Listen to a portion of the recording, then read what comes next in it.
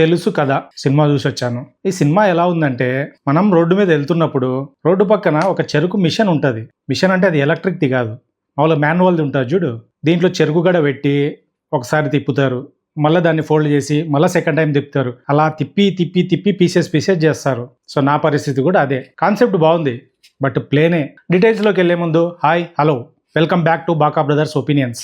కొత్తగా వచ్చిన వాళ్ళు సబ్స్క్రైబ్ చేసుకోండి. స్టోరీ విషయానికి వస్తే, సిద్ధు రాశికన్నా ఇద్దరు పెళ్లి చేసుకుంటారు. పిల్లలు కలగకపోవడంతో సర్రోగసి ద్వారా ట్రై చేయాలనుకుంటారు. సో సర్రోగేట్ మదర్ ఎవరో కాదు, మన సిద్ధు ఎక్స్ లవర్. సో వీళ్ళ ముగ్గురి మధ్య జరిగే డ్రామానే ఈ సినిమా స్టోరీ. ఫస్ట్ నాకు ఈ కాన్సెప్ట్ లోనే ఒక ఫ్లా అనిపించింది. ఈ సర్రోగసి మీద స్క్రిప్ట్ చేస్తున్నప్పుడు అట్లీస్ట్ సర్రోగసి గురించి కొంచెం డీటెయిల్డ్గా R&D చేసింటే బాగుండేదేమో అనేది నా ఫీలింగ్. సరగేట్ మదర్ కావాలంటే ఫస్ట్ వాళ్ళ రిలేటివ్ కానీ, లేదంటే చిన్నప్పటి నుంచి క్లోజ్ ఫ్రెండ్ కానీ ఇదై ఉండాలి. నెక్స్ట్ అమ్మాయి ఖచ్చితంగా మ్యారీడ్ ఉమెన్ అయి ఉండాలి. పెళ్లి కావడమే కాకుండా అట్లీస్ట్ ఒక బేబీ కన్నా మదర్ అయి ఉండాలి బయలాజికల్ గా. ఇవి ఖచ్చితంగా ఫాలో కావాల్సిన రూల్స్. సినిమాలో అవన్నీ ఏం పట్టించుకోలేదు, వాళ్ళకు నచ్చినట్టు వాళ్ళు రాసేసుకున్నారు. ఇవన్నీ వదిలేసిన ఈ సర్రగేట్ మదర్ ఎవరంటే, ఆమె డాక్టరు, మామూలు డాక్టర్ కూడా కాదు, IVF డాక్టర్. ఇది మరీ జోక్గా అనిపించింది.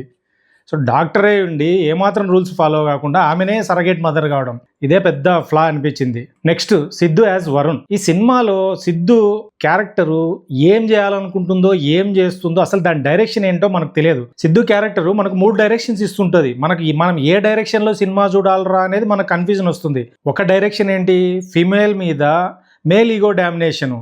రెండోది ఏంటి, తనను మోసం చేసిన ఎక్స్ లవర్ తన మీద రివెంజ్ తీర్చుకోవడం. నెక్స్ట్ ఏంటి, అసలు తను చిన్నప్పటి నుంచి ఆర్ఫన్ కాబట్టి తనకు ఎటువంటి పరిస్థితులలో ఒక ఫ్యామిలీ కావాలా, ఈ డైరెక్షన్. అరే దీన్ని ఫాలో కావాలా, దాన్ని ఫాలో కావాలా, మనకైతే ఆ చిన్న కన్ఫ్యూజన్ అయితే ఉంటది. సో ఒక్కొక్కసారి ఒక్కొక్క యాంగిల్లో ఎక్స్ట్రీమ్ గా బిహేవ్ చేస్తుంటది క్యారెక్టర్. సిద్ధు, రాశి కన్నా, శ్రీనిధి ముగ్గురు ఇంట్లోకి వచ్చిన తర్వాత ఈ అమ్మాయి 3 months ప్రెగ్నెంట్ అని కన్ఫర్మ్ అయిపోతుంది. సో దీని తర్వాత సిద్ధు ఏంటి, రాశి కన్నాకు ఫస్ట్ టైం రివీల్ చేస్తాడు ఎవరు శ్రీనిధి అనేది నా ఎక్స్ లవర్ అనేది. రాశి కన్నా షాక్. సరే చెప్పడంలో ఆ క్యారెక్టర్ ఏంటంటే ఫస్ట్ నుంచి ఇది ఇప్పుడు కాకపోయినా ఎప్పుడైనా చెప్పాలి, అది ఇప్పుడే చెప్తే ఫైన్ కదా అన్నట్లు ఆ క్యారెక్టర్. సో అక్కడికి మనం ఓకే అనుకుంటాం. ఒక 1/2 hour తర్వాత ఇప్పుడు శ్రీనిధి రాశితో ఇంకో విషయం షేర్ చేసుకుంటుంది. ఈ విషయం సిద్ధు హైడ్ చేసినాడు అని ఇంకో విషయం చెప్తుంది. సో దాని తర్వాత రాశి కన్నా వచ్చేసి సిద్ధును క్వశ్చన్ చేస్తుంది, ఎందుకు ఇలా చేసినావు అని. అప్పుడు సిద్ధు ఏమంటాడు, నీ మీద ప్రేమ ఉంది కాబట్టి అన్నెసరీ మ్యాటర్లు అని చెప్పి నేను స్ట్రెస్ పెట్టకూడదు అనేది నా ఫీలింగ్ అంటాడు. అరే బాబు, నువ్వు ఇది చెప్పకూడదు అనుకున్నప్పుడు మళ్ళీ అదెందుకు చెప్పినావు. సో అక్కడ ఒకటి ఇక్కడ ఒకట, ఎటు పడితే అట. ఇప్పుడు శ్రీనిధి శెట్టి మనకు ఫస్ట్ రివీల్ చేసే క్యారెక్టర్ ఒక ఫ్రీ సోల్ లాగా రివీల్ చేస్తారు. అమ్మాయికి ఏది నచ్చితే అది చేస్తుంటుంది, సిద్ధును కూడా అలాగనే చూస్తుంటుంది, ఫ్రెండ్గా ట్రీట్ చేస్తుంటుంది, బెడ్ కూడా షేర్ చేసుకుంటుంది, ఇదంతా ఫైన్, అదేం ప్రాబ్లం కాదు మనకు. అమ్మాయి ప్రెగ్నెంట్ అవుతుంది, అబార్షన్ కూడా చేయించుకుంటుంది. ఇది సిద్ధుకు తెలుస్తుంది, హట్ అయి వెళ్ళిపోతాడు. దీని తర్వాత మళ్ళీ ఆ అమ్మాయి రియలైజ్ అయ్యి మళ్ళీ సిద్ధు బిడ్డను మోయడానికి వస్తుంది. హౌ, క్యారెక్టర్ ఎందుకు మారింది, దానికి ఏంటి రీజను. అంతవరకు సిద్ధు అనేవాడు ఎంటబడి ఎంత చెప్పినా కూడా వినదు అమ్మాయి. లేదు నేను ఇలాగే ఉండాలనుకుంటున్నా, నేను నా లైఫ్ని ఇలాగనే చూడాలనుకుంటున్నా, నువ్వు వద్దు, నువ్వు ఇష్టం లేదు అని చెప్తుంది. ఇలాంటి అమ్మాయి అలా సడన్గా సిద్ధు దగ్గరికి రావడం కాదు, ఏకంగా బిడ్డను మోయడానికే వస్తుంది. ఎందుకో అది ఏమిటో తెలియదు. మరి రాశి కన్నా స్టార్టింగ్ నుంచి చాలా స్ట్రాంగ్ ఉమెన్ అన్నట్లు మనకు ప్రొజెక్ట్ చేస్తుంటారు. ఎప్పుడైతే శ్రీనిధి శెట్టి సిద్ధుకి ఎక్స్ లవర్ అని తెలిసిందో వెంటనే అమ్మాయి హట్ అయిపోయి డివోర్స్కి అప్లై చేయమని చెప్తుంది. సో ఫైన్, ఇంతవరకు కూడా స్ట్రాంగ్ ఉమెన్ కాబట్టి డివోర్స్ అప్లై చేయడం తప్పలేదు. ఈ డ్రామా ఇలా కంటిన్యూ అవుతున్న టైంలో ప్రీ క్లైమాక్స్కి వచ్చేసరికి ఇంత స్ట్రాంగ్ ఉమెన్, ఇంత అర్బన్ ఉమెన్ ఎప్పుడో వాళ్ళ గ్రాండ్ మా ఒక 3 విజువల్స్ చెప్తుంది ఎవరు సిద్ధు మంచితనం గురించి, టప్పున మారిపోతుంది. అంటే ఇంతసేపు నువ్వు ఈ స్ట్రాంగ్ ఉమెన్, ఈ క్యారెక్టర్ బిల్డింగ్ ఇదంతా ఎడువైంది, ఇది ఫట్ అని ఎలా క్యారెక్టర్ ఫ్లిప్ చేస్తే ఎట్లా, అవుమా ఎలామా ఇలా 3 individual characters, 3 strong characters run time జరిగే కొద్దీ ఎటు పడితే అటు అటు అటు అటు ఇటు పడితే అటు అటు పడితే ఇటు ఎటు పడితే అటు క్యారెక్టర్లు మారిపోతూనే ఉంటాయి. అందుకే ఈ క్యారెక్టర్స్కు ఎక్కడ మనం కనెక్ట్ కాము, ఆ ఎమోషనల్ బాండింగ్ ఎక్కడ మనకు బిల్డ్ కాదు.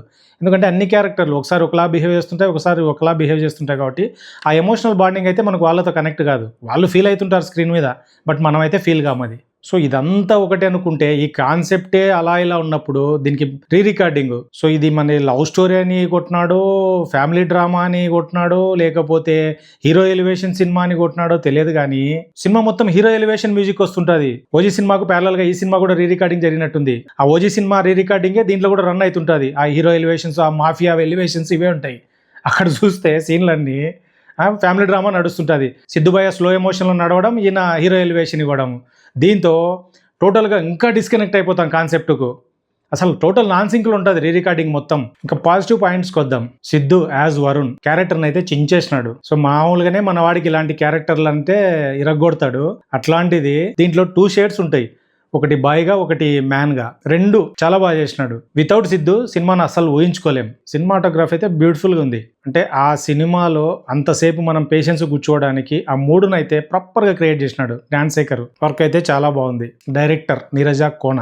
సో కాన్సెప్ట్ అయితే ఇంట్రెస్టింగ్ ఉంది, బట్ ఇంకా కొంచెం R&D చేసింటే ఇంకా బాగుండేది.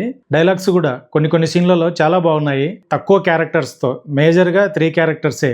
సో ఈ 3 క్యారెక్టర్స్తో limited location, almost second half అంతా ఒక సింగిల్ లొకేషన్ ఆ బిల్డింగ్లోనే ఉంటుంది.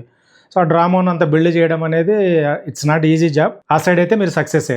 Creative characters with grey shades బాగున్నాయి. ఇంకొంచెం ప్లే ఇంట్రెస్టింగ్ ఉంటే ఇంకా బాగుండేది. ఓవరాల్గా bold and unconventional, lacks proper clarity. ఇది ఎక్స్క్లూజివ్లీ ఫర్ అర్బన్ పీపుల్. ఇలాంటి కన్వర్జేషన్ మూవీస్, ఇలాంటి డ్రామాలు ఇష్టపడే వాళ్ళైతే హ్యాపీగా వెళ్ళొచ్చు. సినిమా చూసిన తర్వాత మీకేమనిపించిందో కింద కామెంట్ రూపంలో చెప్పండి. ఇంకొక ఇంట్రెస్టింగ్ వీడియోతో మళ్ళీ కలుద్దాం. అంతవరకు tata, bye bye, good by.